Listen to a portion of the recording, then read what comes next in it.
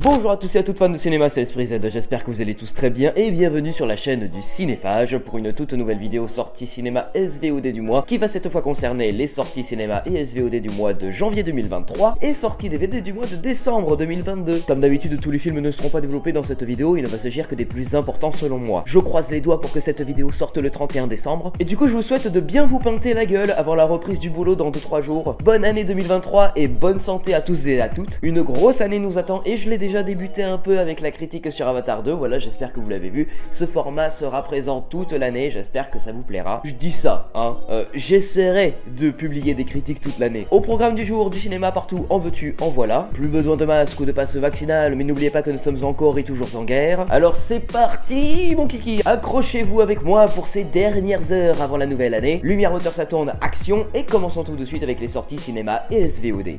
Le 4 janvier, je vous propose 4 films importants au cinéma, à commencer par Tirailleurs, un drame historique franco-sénégalais présenté en ouverture dans la sélection Un certain regard au Festival de Cannes 2022. L'histoire se passe en 1917 et on suit Omar Sy dans la peau de Bakary Diallo qui s'enrôle dans l'armée française pour rejoindre Tierno, son fils de 17 ans, qui a été recruté de force. Envoyés sur le front, père et fils vont devoir affronter la guerre ensemble et galvanisé par la fougue de son officier qui veut le conduire au cœur de la bataille, Tierno va s'affranchir et apprendre à devenir un homme tandis que Bakary va tout faire pour l'arracher au combat et le ramener sain et sauf. Ensuite, cet été-là, une comédie dramatique franco-belge par le réalisateur de La Famille Bélier et hashtag Je suis là. On va suivre l'histoire de Dune, une jeune fille de 11 ans qui, comme chaque été et depuis toujours, traverse la France avec ses parents pour passer les vacances dans leur vieille maison des Landes. Là-bas, Mathilde, 9 ans, l'attend de pied ferme. Mais cet été-là ne sera pas un été de plus, puisque l'année dernière, Dune et ses parents ne sont pas venus. On ne lui a pas dit pourquoi, mais elle sent que quelque chose a changé. Sa mère si distante, les disputes des parents, Mathilde qui tarde à grandir, l'odeur des pains entêtante, le sable qui n'est plus si doux, les films d'horreur ridicules, les amours des grands ados du coin, tout met Dune en alerte. Elle veut comprendre et savoir, et cet été-là, Dune va grandir. Et au casting du film, on retrouvera Marina Foïs.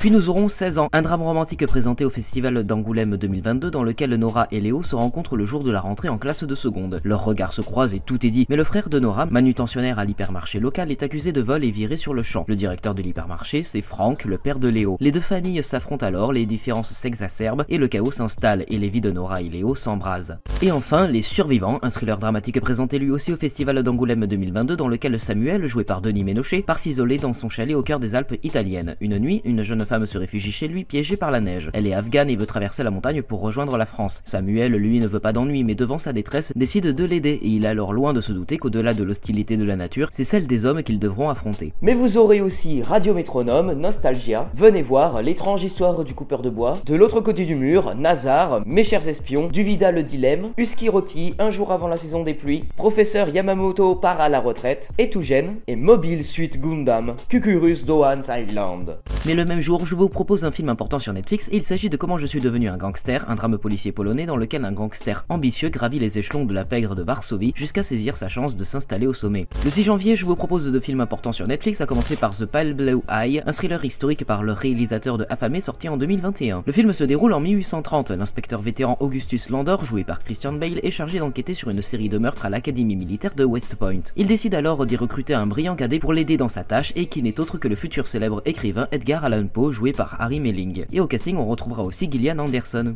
Et puis nous aurons Mumbai sans merci, police contre mafia, un documentaire britannique sur un chef de gang des années 90 qui avait la main mise sur la ville de Mumbai jusqu'à l'apparition de justiciers qui tuent impudemment leurs cibles.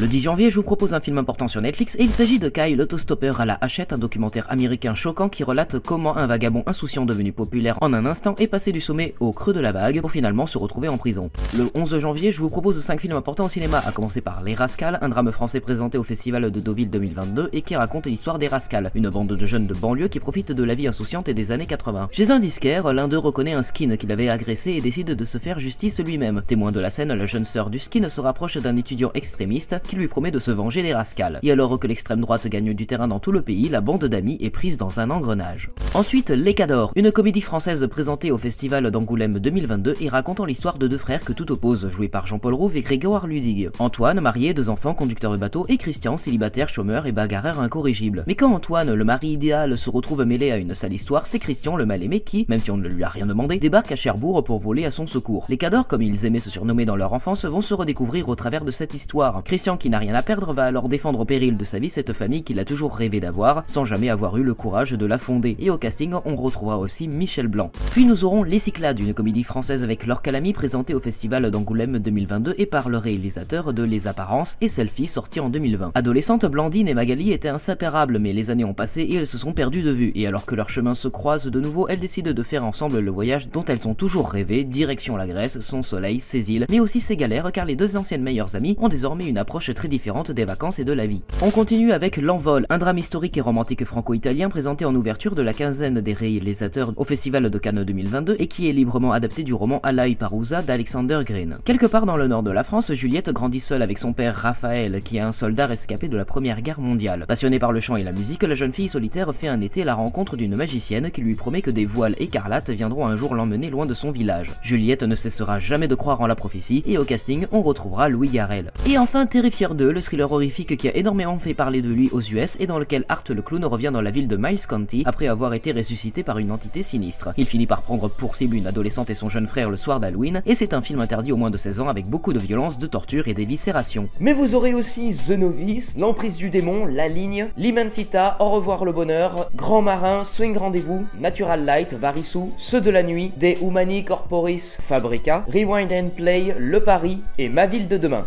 Le 13 janvier, je vous propose deux films importants sur Netflix, à commencer par Chien perdu, un film d'aventure familiale sur un jeune homme et son père qui se lancent dans une incroyable mission pour retrouver leur chien disparu dans les Appalaches afin de lui administrer un médicament vital. Et puis nous aurons Disconnect The Wedding Planner, une comédie canadienne dans laquelle un homme se lance dans une course contre la montre après s'être fait escroquer et tente d'organiser au mieux un mariage luxueux dans un endroit de rêve pour un gros investisseur. Le 18 janvier, je vous propose 6 films importants au cinéma, à commencer par Babylone, le nouveau drame historique de 3 heures de Damien Chazelle, réalisateur de First Man, La La Land et Whiplash. Plaçant son récit dans le Los Angeles des années 1920, le film retrace une ambition démesurée et d'excès les plus fous, celle de l'ascension et de la chute de différents personnages lors de la création de Hollywood, une ère de décadence et de dépravation sans limite. On verra notamment Brad Pitt dans le rôle de Jack Conrad, Margot Robbie dans celui de Nelly Leroy et Tobey Maguire dans celui de James McKay.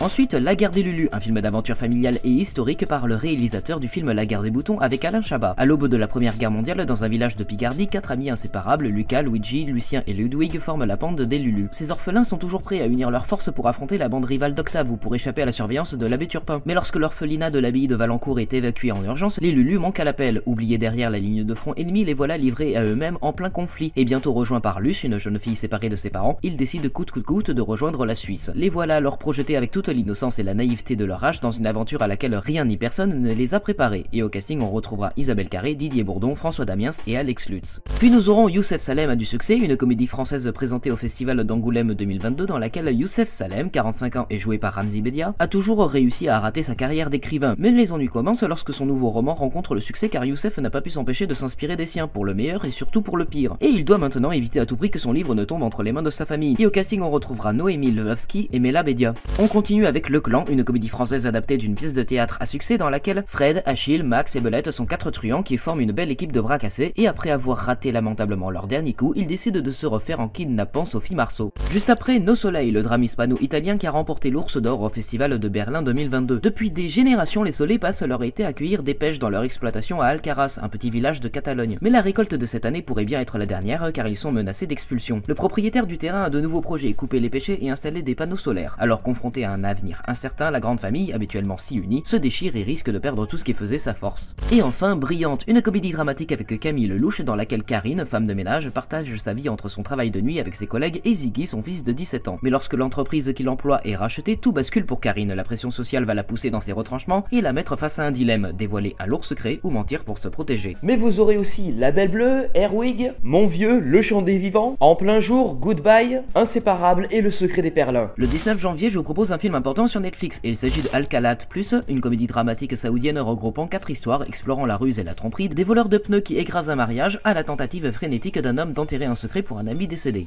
Le 20 janvier, je vous propose 3 films importants sur Netflix, à commencer par Devotion, un biopic dramatique dans lequel un aviateur noir de la marine américaine, joué par Jonathan Myers, notre futur Kang, et son loyal ailier, joué par Glenn Powell, se soutiennent à la vie et à la mort dans cette épopée sur la guerre de Corée, inspirée d'une incroyable histoire vraie. Ensuite, Mission Majnu, un thriller dramatique indien se déroulant dans les années 70 et dans lequel un espion indien infiltré se lance dans une mission impossible pour révéler un programme d'armement nucléaire secret au Pakistan. Et enfin, Jung-hee, un film de SF sud-coréen situé au 22e siècle où le changement climatique a rendu la planète inhabitable et les humains vivent dans un abri artificiel. Mais une guerre se déroule dans l'abri. Jung-hee, lui, est le chef d'élite des forces alliées et devient le sujet d'une expérience de clonage de cerveau. L'expérience de clonage est une clé potentielle pour gagner la guerre. Seo-yoon et Sang-hoon sont quant à eux responsables du succès de l'expérience du clonage de cerveau. Seo-yoon est le chef de l'équipe du laboratoire qui développe développe le clonage cérébral et la technologie de l'IA, et Sangoon est le directeur du laboratoire. Le 23 janvier, je vous propose un film important sur Netflix, et il s'agit de Narvik, un drame historique norvégien dans lequel une femme norvégienne doit faire face aux forces allemandes qui occupent la ville tandis qu'un jeune soldat se bat dans les tranchées.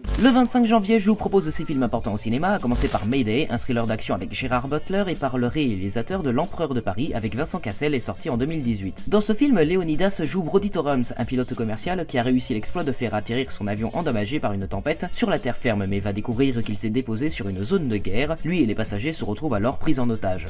Ensuite, Tar, un biopic dramatique et musical qui a remporté la coupe Volpi de la meilleure interprétation féminine à la Mostra de Venise 2022 pour Kate Blanchett qui joue le rôle de Lydia Tarr, chef avant-gardiste d'un grand orchestre symphonique allemand et qui est au sommet de son art et de sa carrière. Le lancement de son livre approche et elle prépare un concerto très attendu de la célèbre symphonie numéro 5 de Gustav Mahler. Mais en l'espace de quelques semaines, sa vie va se désagréger d'une façon singulièrement actuelle. En émerge un examen virulent des mécanismes du pouvoir, de leur impact et de leur persistance dans notre société. Et au casting, on retrouvera aussi Noémie Merlan. Puis nous aurons Vaincre ou mourir, le film d'action historique du Puy du Fou, se déroulant en 1793 pendant la guerre de Vendée. Voilà 3 ans que Charette, ancien officier de la marine royale, s'est retiré chez lui en Vendée. Dans le pays, la colère des paysans gronde. Ils font alors appel aux jeunes retraités pour prendre le commandement de la rébellion. Et en quelques mois, le marin désœuvré devient un chef charismatique et un fin stratège, entraînant à sa suite paysans, déserteurs, femmes et vieillards et enfants, dont il fait une armée redoutable car insaisissable. On continue avec Un petit miracle, une comédie française avec Eddie Mitchell et Alice Paul qui joue Juliette. L'école dans laquelle elle enseignait a brûlé et sa classe unique va devoir être dispatchée aux 4 coins du département. Pour éviter cela, elle propose une solution surprenante, installer sa classe au Coquelicot, la maison de retraite locale, seul endroit qui puisse les accueillir le temps des travaux. Et pour les enfants comme pour les pensionnaires, la cohabitation ne sera pas de tout repos mais va les transformer à jamais et c'est inspiré d'une histoire vraie. Juste après, Divertimento, un biopic dramatique avec Oulaya Amamra et Nils Arestrup dans lequel Zaya Zouhani, 17 ans, rêve de devenir chef d'orchestre et réussir sa vie comme sa sœur jumelle Fetouma, violoncelliste professionnelle. Bercées depuis leur plus tendre enfance par la musique symphonique classique, elles souhaitent à leur tour la rendre accessible à tous et dans tous les territoires. Mais comment peut-on accomplir ces rêves si ambitieux en 1995 quand on est une femme d'origine algérienne et qu'on vient de Seine-Saint-Denis? Eh bien avec détermination, passion, courage et surtout le projet incroyable de créer leur propre orchestre, Divertimento. Et enfin, Retour à Séoul, un drame belge présenté dans la section Un certain regard au Festival de Cannes 2022 et qui va suivre Freddy, 25 ans, et qui sur un coup de tête retourne pour la première fois en Corée du Sud où elle est née. La jeune femme se lance alors avec fougue à la recherche de ses origines dans ce pays qui lui est étranger, faisant basculer sa vie dans des directions nouvelles et inattendues. Mais vous aurez aussi Néné Superstar, La famille Asada, Saloum, Tu choisiras la vie, Ascal, l'enquête de Tunis, Le cœur noir des forêts, Alice, Patty et la colère de Poséidon, Interdit aux chiens et aux Italiens, et Pompon Ours. Le 26 janvier, je vous propose un film important sur Paramount+, et il s'agit de Teen Wolf, le film, un drame fantastique faisant suite à la série et dont le rôle principal ne sera pas tenu par Dylan O'Brien mais par Tyler Posey, alias Scott McCall, et au moment où une nouvelle menace plane sur Beacon Hills, il se voit dans l'obligation d'appeler à la rescousse les Banshees, les Kistun et les autres créatures de la nuit peuplant le monde surnaturel et de réunir nouveaux alliés et anciens amis de confiance afin d'affronter ce qui pourrait bien être l'ennemi le plus puissant et le plus dangereux jamais croisé par le jeune loup-garou. Le 27 janvier, je vous propose 2 films importants sur 2 plateformes de streaming différentes, tout d'abord sur Netflix avec You People, une comédie avec Jonah Hill et Eddie Murphy, dans laquelle 2 jeunes mariés et leurs parents examinent l'amour moderne et la dynamique familiale dans un contexte de choc culturel, d'attente sociétale et de différences générationnelles. Et puis sur Amazon Prime Video avec Shotgun Wedding, une comédie d'action avec Jennifer Lopez dans laquelle un couple décide de se marier dans un endroit exotique loin de la civilisation, mais cet espace paradisiaque est sous la coupe de criminels. En protégeant leurs familles respectives, les tourtereaux redécouvrent alors pourquoi ils tenaient tant à se marier. Dernière date, le 31 janvier, je vous propose un film important sur Netflix et il s'agit de Pamela A Love Story, un documentaire de 2 heures dans lequel avec ses mots à elle, à travers des vidéos et des journaux intimes, Pamela Anderson raconte son ascension à la célébrité, ses amours chaotiques et sa fameuse sextape. Du coup c'est maintenant l'heure de voir ce qu'on a eu niveau sortie DVD depuis un mois. Les sorties DVD c'est tout de suite, c'est maintenant, il y a pas mal de choses, alors voyons ça, let's go. Quels sont les films qui sont sortis durant le mois de décembre 2022 en DVD? La comédie romantique française La Page Blanche présentée au Festival d'Angoulême 2022 avec Sarah Giraudot, Pierre Deladonchamp, Grégoire Ludig et Sarah Succo. La comédie dramatique norvégienne Ninja Baby qui a remporté le prix de la meilleure comédie européenne 2021 au European Film Awards. Le thriller d'action sud-coréen Défense d'atterrir présenté en hors compétition au Festival de Cannes 2021. Le drame fantastique franco-russe La Fièvre de Petrov qui a remporté le prix CST de l'artiste technicien au Festival de Cannes 2021. La comédie romantique allemande Am Your Main de Maria Schrader qui a remporté l'Ours d'argent de la meilleure interprétation au Festival de Berlin 2021, le drame fantastique américano-britannique Le Jardin secret avec Colin Firth, la comédie dramatique et romantique italienne Amant super-héroïque présentée au Festival de Cabourg 2021, le drame haïtien Freda présenté dans la sélection à certains regards du Festival de Cannes 2021, le film policier roumain Dédale présenté à la Mostra de Venise 2021 et au Festival de films policiers de Reims 2022, le thriller d'action Blood Train de David Leitch avec Brad Pitt, Joey King, Aaron Taylor Johnson, Brian Tyree Henry, Michael Shannon, Sandra Bullock, Zazie Beetz et bien d'autres, le thriller de SF finlandais Dual avec Karen Gillian et Aaron Paul, le thriller américain Fall, la comédie noire belge Musical avec Vanessa Guide, le film d'épouvante Arthur Malédiction de Luc Besson, le film policier sud-coréen The Roundup avec Matt Dong-seok, la comédie dramatique franco-grecque Dodo présentée dans la sélection Cannes Première au Festival de Cannes 2022, la comédie française La très très grande classe présentée au Festival de l'Alpe d'Ouest 2022 avec Mela Bédia, Audrey Fleurot, François Berléand et Vincent Lecuyer, le thriller dramatique Là où chantent les écrevisses d'Olivia Newman, la comédie française Les vieux fourneaux de Bon pour l'asile avec Pierre Richard, Eddie Mitchell, Bernard Lecoq et Alice Paul, le drame de SF Vesper Chronicles avec Eddie Marsan, le thriller horrifique Esther de les origines avec Isabelle Furman, la comédie française L'année du requin des frères Boukarma avec Marina Foïs, Can Merad et Jean-Pascal Zadi, le drame romantique After chapitre 4 avec Joséphine Langford et Hérofine Stephen est dispo sur Amazon Prime Video, le thriller horrifique Le bal de l'enfer avec Nathalie Emmanuel, et enfin la comédie française Rumba la vie de et avec Franck Dubosc, Luna Espinosa et Jean-Pierre Daroussin présenté au Festival d'Angoulême 2022 et celui de l'Alpe d'Huez 2022.